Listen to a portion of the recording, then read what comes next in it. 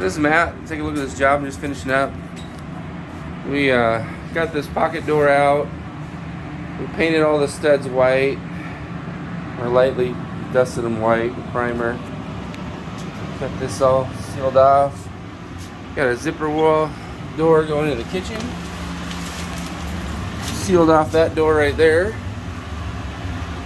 Here. We'll look at the pantry and under the stairs. The kitchen. They still want to use the kitchen, so it's going to be a little bit of a trick. I'm going to push that fridge back. There's the oven. Got a couple dehumidifiers in here, an air scrubber. And there's the back wall, the entryway.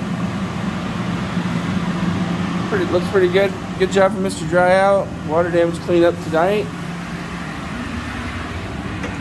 And there's Sam and Jason helping me out today. Say hi. Hi. Hi.